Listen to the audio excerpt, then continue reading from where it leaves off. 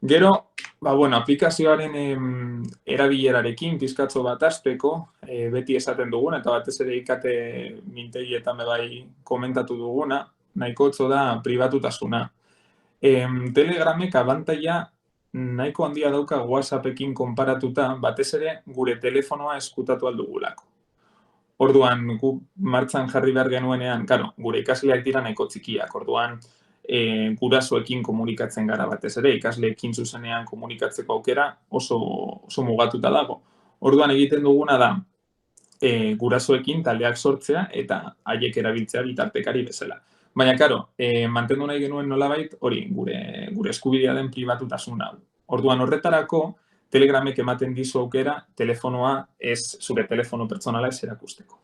Baina aldi berean, nolabait komplementatu behar duzu hori, beste gauza batikin. Hau da, zuk telefonoa kenduko duzu, besteek ez ikusteko zure telefonoa zein den, baina erabiltzaile izen bat izan beharko duzu.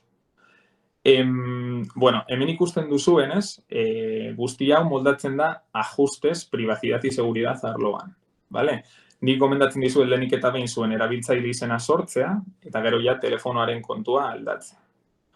Horretarako, joaten bazarete, gero egin aldugu praktikaren bat honen inguruan, orain azalduko dizuet gainetik nola egiten den, baina, ajustes, editar perfil eta nombre de usuario horretara heltzen bagara, nik adibidez ikusten duzuenez aurkezpen honetan daukat A. Fernández Cueto jarrita, erabiltzaile izen bezala, eta, hori izango litzateke lehenengo pausua. Eta gero joan beharko ginateke ajustes, privacidad y seguridad berriro, eta hemen agertzen den honetan número de teléfono, jarri beharko genuke nadie. Horrela, ziurtatuko genuke, gure perfilean sartu arren edo sartzen diren bakoitzean, izena ikusiko dutela, baina telefonoa ez.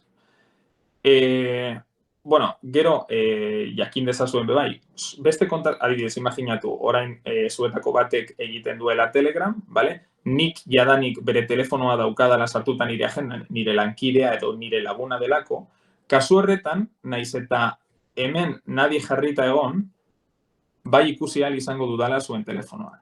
Baina, suposatzen dutela Telegramek, jakintzat ematen duelako, nik zuen telefonoa izatekotan dela zuek eman didazuelako. Orduan, kasu horietan, bai ikusi ahal izango nukela zuen telefonoa, naiz eta aukera hau konfiguratuta egon. Bale.